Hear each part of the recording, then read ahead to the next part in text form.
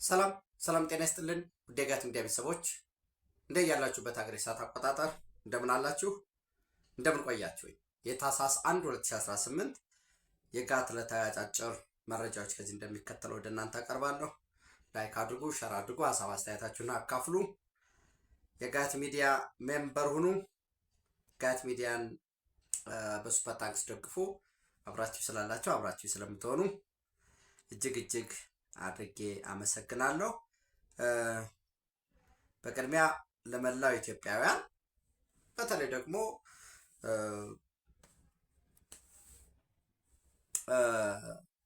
ለወላይታ ተወላጆች እንኳን ደስ አለን፣ እንኳን ደስ አላችሁ ማለት ፈልጋለሁ። ዮዮ ጊፋታ እንኳን ደረሳችሁ መሰለኝ። ጊፋታ የዓለም አቀፍ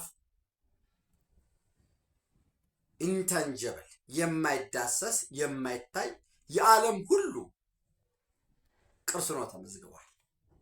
ቅርሳችን የወላይታ ባህል ነው፣ የኢትዮጵያም ነው። አሁን ከኢትዮጵያ አልፎ የአፍሪካ ወንድሞቻችን የዓለም ሕዝብ ሁሉ ሆኗል። በዚህ ባህሉ ተጠብቆ እንዲቆይ በዓለም አቀፍ የቱሪስቶች መዳረሻ ዴስቲኔሽን ውስጥ ይሄኛው በዓል እንዲካተት የራሱ የሆነ አበርክቶ ይኖረዋል። ከምንም በላይ ኢትዮጵያ በመልካም ስሟ እየተጠራ እንዲቀጥል ለሚደረገው ጥረት እጅግ በጣም ወሳኝ ነው። እንግዲህ ጊፋታ ወላይታ ፒፕል ኒው ይር ፌስቲቫል በሚል ነው የተመዘገበው። በ20ኛው ኮንፈረንስ ማለት ነው ህንድ ውስጥ እየተካሄደ ነው ያለው። በድጋሜ እንኳን ደስ አለን፣ እንኳን ደስ አላችሁ።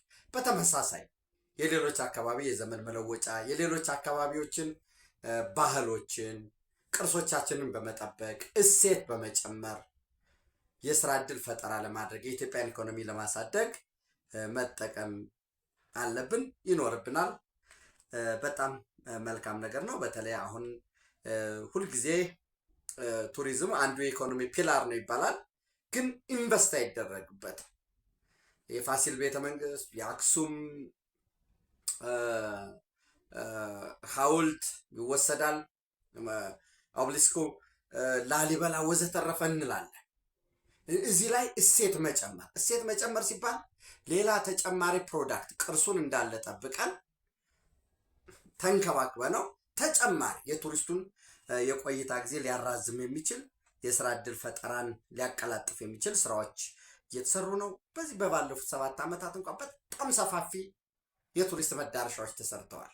አንዳንዴ በነገራችን ላይ ዛሬ ሀላላ ኬላ፣ የጨበራ ጩርጩራ፣ የዝሆን ዳናሎች፣ ቬኑና በጅግጅጋ እየተሰራ ያለው አሁን ሀይቅ የሚሰራው ጎርጎራ ጎንደር ላይ የተሰራው ከዛ ባለፈ እኮ ጣና ሀይቅን እስከ ጎንደር የማገናኘት ከጎንደር እንደገና ወደ ላሊበላ የማገናኘት ሁሉ ትልልቅ ፕሮጀክቶች አሉ። ለምን አንዳንዱ ትልቅ ነገር ይዛ ስትነሳ ትንንሽ ሰዎች ይመደቡና ትልቁን ህልምን የሚያጨናግፉ አሉ። ዞሮ ስራዎች እየተሰሩ ነው። አንድ ሰኞ ሰርተው ሰኞ ውጤት ሊያመጣ ይችላል። አንዳንዱ ጊዜ የሚጠብቃል፣ ሴንሲቲቭ ይሆናል። በተለይ ከሰላም ጋር የተያያዘው እሱም በጋራ መስራት ያስፈልጋል።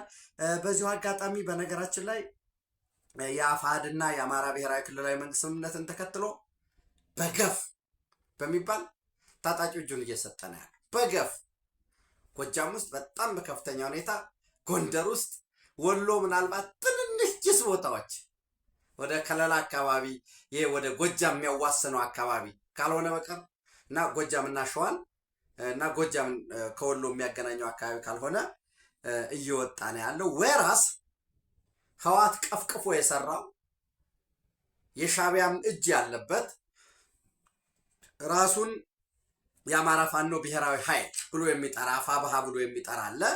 እንግዲህ ለአራት ይከፈላል። ይሄ አፋብሃ ጎንደር ውስጥ አደረጃጀት አለው፣ እነ ደረጃ ያሉበት እና ሀብቴ የሚባሉ ያሉበት። ይሄ በላይ እዝ ብለው ይጠሩታል። እንግዲህ ጀግናውን በኢትዮጵያ ውስጥ አነሰም በዛም በዘመን በታሪክ የማይቀየር አንጸባራቂ ስራ ሰርተው የሄዱ ጀግኖችን ለተለላጭነታቸው መልከጥፉነታቸውን በስም ሊደግፉ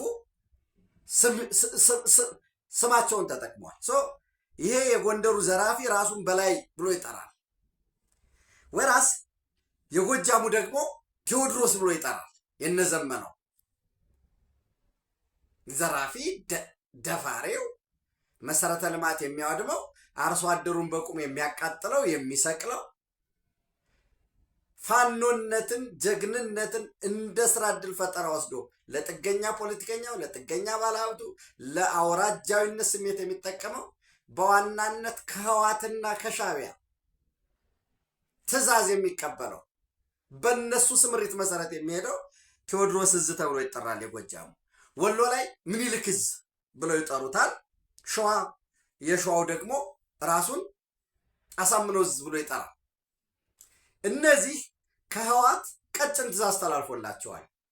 የአመራር ሽግሽግ እንድታደርጉ በሚል ውስጣችሁን አጥርታችሁ ገምግማችሁ በቀጣይ ህዋት በራሴ ፕሮግራም ጦርነት ከፍታለሁ ይብሏል። በተለይ ደብረ ጽዮን እንግዲህ ጠዋትም ለእናንተ መረጃ ከታማኝ በነገራችን ላይ ሁልጊዜም እርግጠኛ መሆን ያለባችሁ ጊያት ሚዲያ ወደ እናንተ የሚመጡ ማንኛውም መረጃዎች ተጣርተው ትራያንጉሌት አድርገን ከአንድ ሰው አይደለም ከሁለት ሰው ከሶስት ሰው ከዚህ በፊት የነበሩ ተጨማሪ ማቦችን ጨምረን ነው እናመጣው።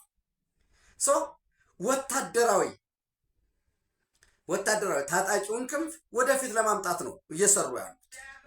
እንግዲህ ይህንን ጀነራል ኃይለ ሥላሴ ግርማይ ወዲም በይተይ፣ ጀነራል ፍስሐ ኪዳኑ፣ ፍስሐ ማንጁስ፣ ጀነራል ምግበይ ኃይሌ፣ ገብረ አዴት ቃል አቀባይ የነበረው እነዚህ አሁን ህወሓት ስብሰባ ያደርጋል።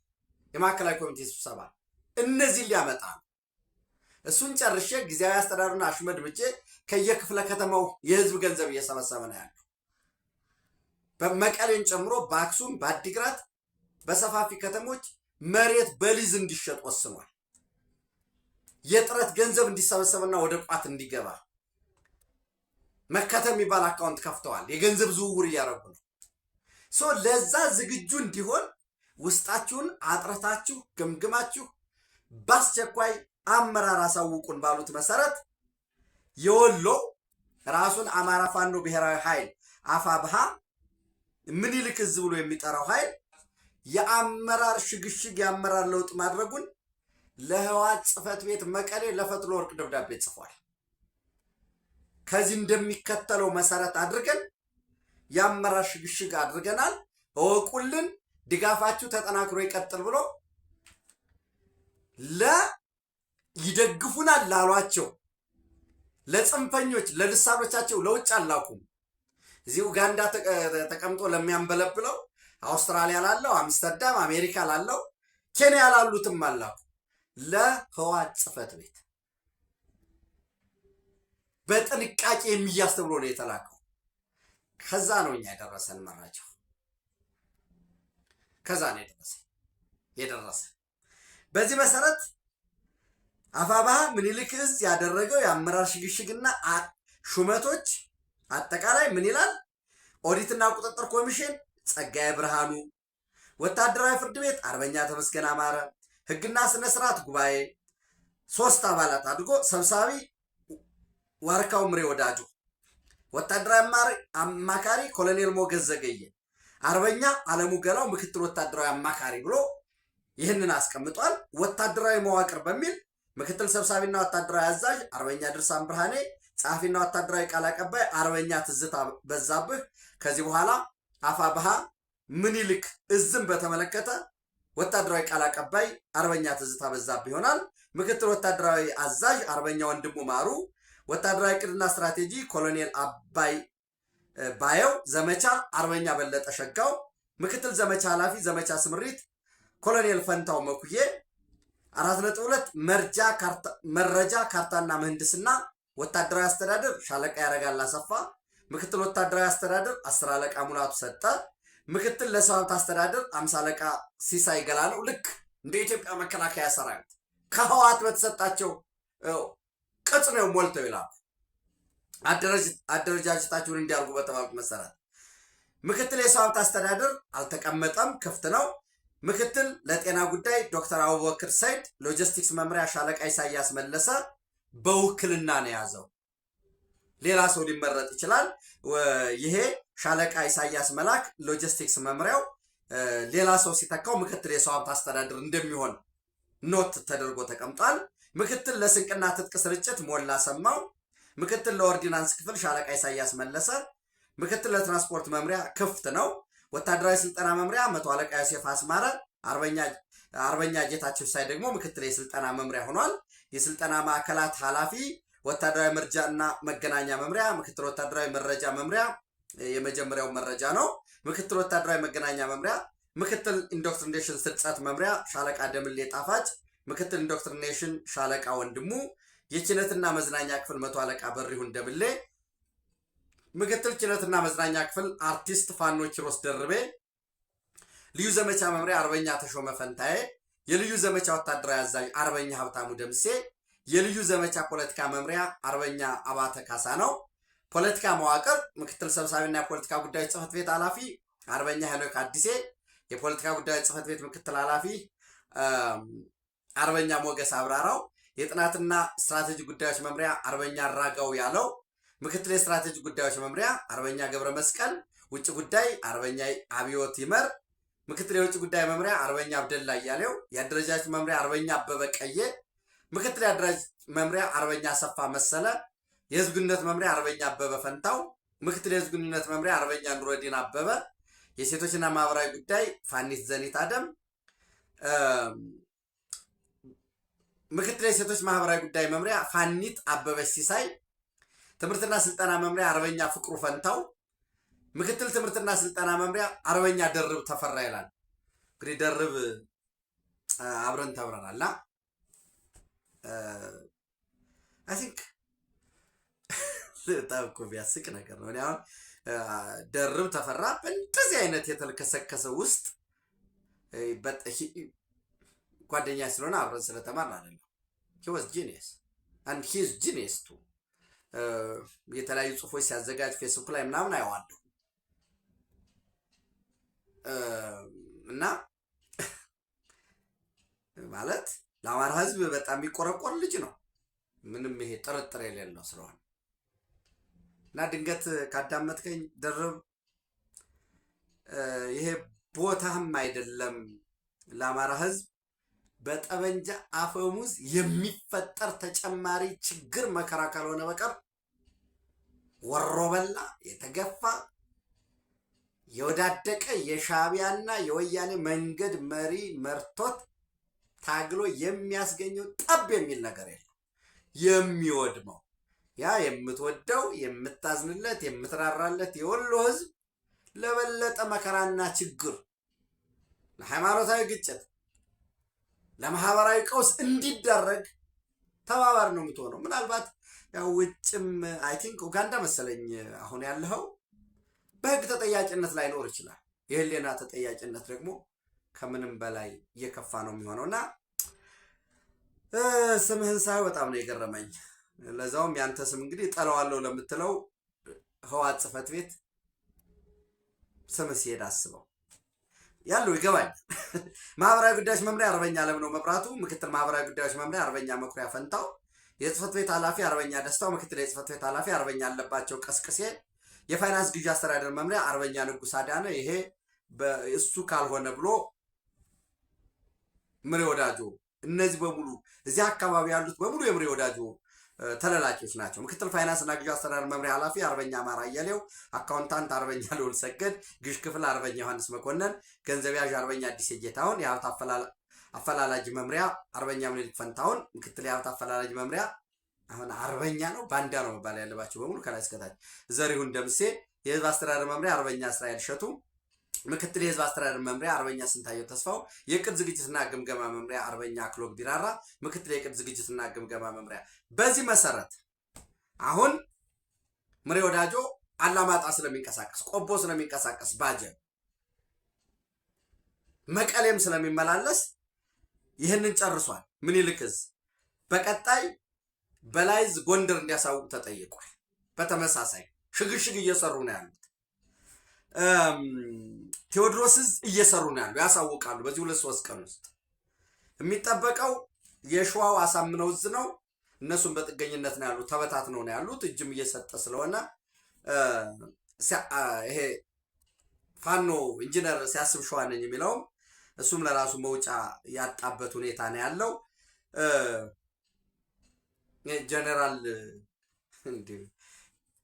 ኤንዌይስ ተፈራም ከሰሚዶ ማሩኝ ይቅርታ አድርጉልኝ ብሎ ከነመከታው ጋር እየተለማመጠ ነው ያለው በዛ ማለት ነው።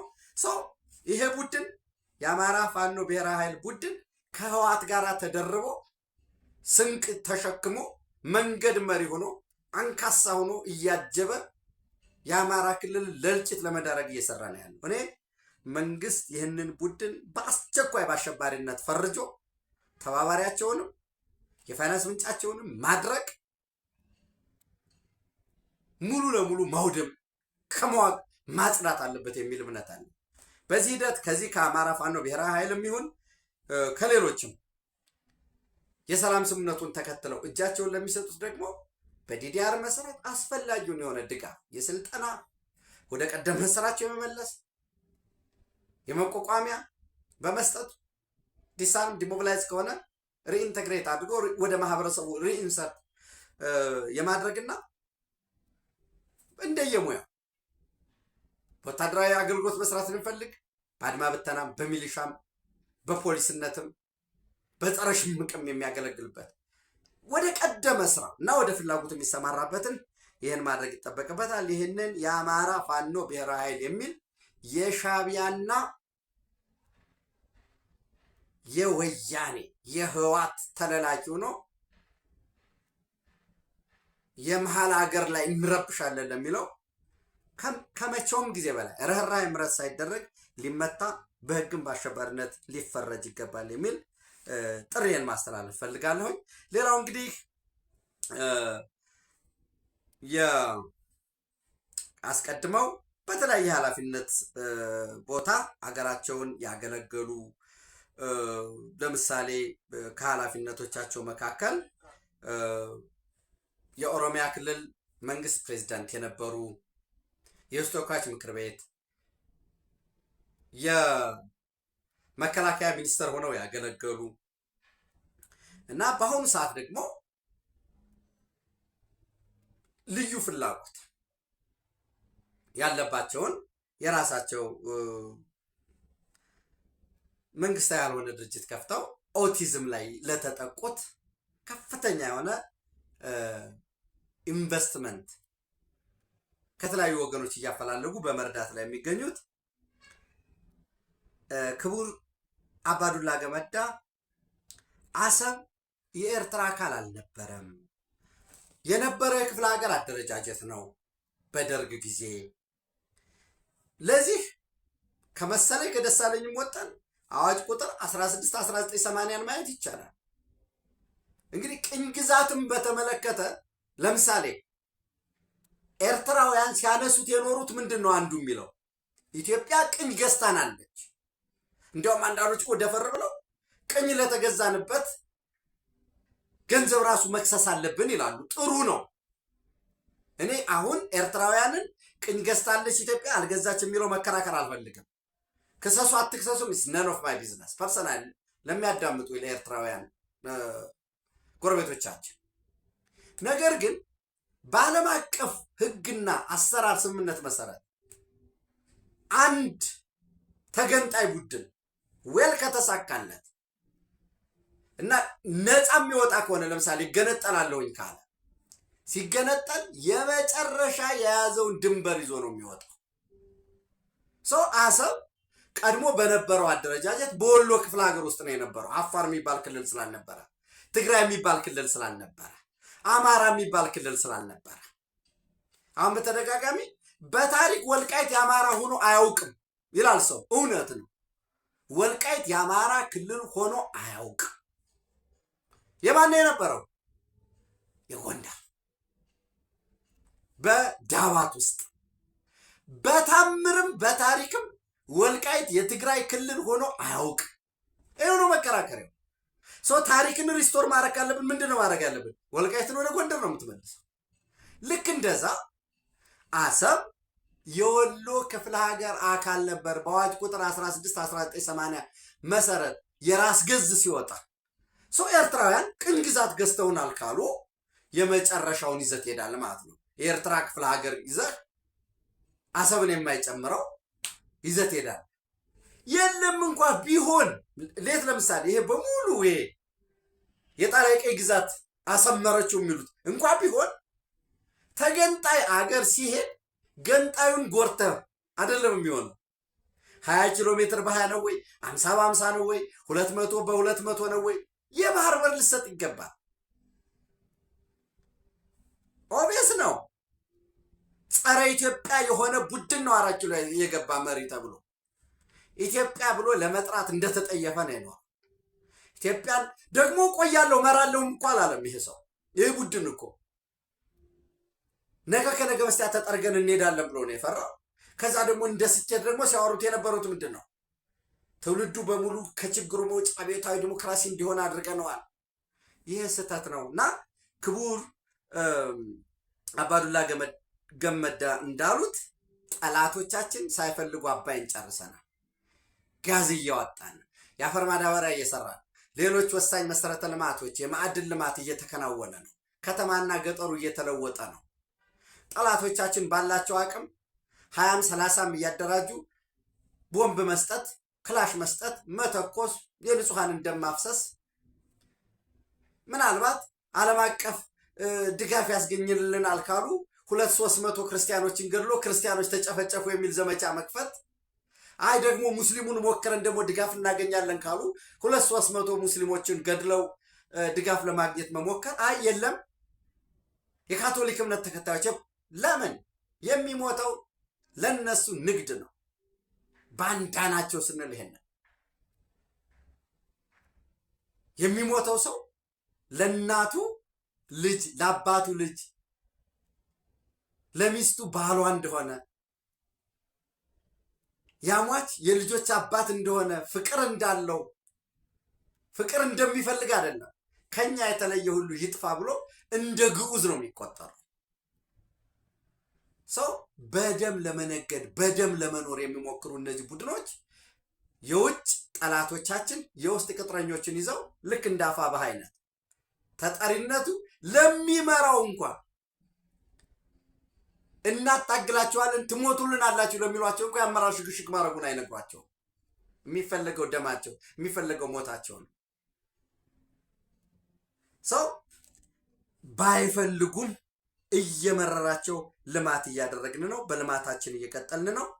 ኢትዮጵያ የህልውና ጉዳይ ስለሆነ ቀይ ባህር ይገባታል፣ ያሰው ወደ ባለቤትነቱ ይመለሳል ሲሉ በዚህ የጸረ ሽምቅ ውጊያ ጥበብ ክቡር ጀነራል ባጫ ደበሌ በአሁኑ ሰዓት በኬንያ የኢትዮጵያ ባለሙሉ ስልጣን አምባሳደር ያን መጽሐፍ ባስመረቁበት ወቅት ከጋዜጣ ፕላስ ጋር በነበራቸው ቆይታ የተናገሩት ነው። ህዳሴ ግድብ ተመርቋል። እንዳይሰራ ግን ብዙ ተሞክሮ ነበረ። የማዳበሪያ ፋብሪካው፣ የጋዝ ፋብሪካ፣ የቱሪዝም እነዚህ በሙሉ ውጤት እያመጡ ነው። ውጤትም እየተገኘ ነው። ችግሮች ሊኖሩ ይችላሉ፣ ልዩነቶች ሊኖሩ ይችላሉ። ልዩነቶቻችን ግን በኢትዮጵያ ማዕቀፍ ውስጥ በአንድ ጠረጴዛ ዙሪያ ተሰባስበን ለመፍታት የሚቸግረን ነገር የለም ብለዋል። ምናልባት የተለያየ ጦር ከፈታው ወሬ የፈታው እንዲሉ ነውና አባቶቻችን በአባባል ደረጃ ጦርነቱን ከጦርነት በፊት የስነልቦና ጦርነት ከፍቶ ኢትዮጵያውያንን በወሬ ለመፍታት ሊሞከር ይችላል። አንዱ ነዳጅ ሊጨመር ነው፣ 30% ታክስ ልትከፍል ነው፣ ይሄ ታክስ ቫት ነው፣ ይሄ ኤክሳይዝ ነው፣ እንደዚህ ወዘተረፈ። ይሄ ወሬ እነዛ የተቀናጀ ኢትዮጵያን በጠበንጃ ማሸነፍ እንደማይቻል ጠላቶቻችን ያውቁታል። ሰው እንዲህ አይነት ነገር ወሬ አትስሙ፣ መረጃ አታነፍንፉ ልላችሁ አልችልም። ትራያንጉሌት አድርጉት፣ አጣሩ። ምን ይባላል? ከምን ተነስቶ ነው ይሄ ሰው እንደዛ የሚለው? ስለ ኢትዮጵያ መልካም ነገር ተናግሯሉ። ይሄ ሚዲያ ኢንተረስቱን እዩ። እኔ ለማመጣው መረጃ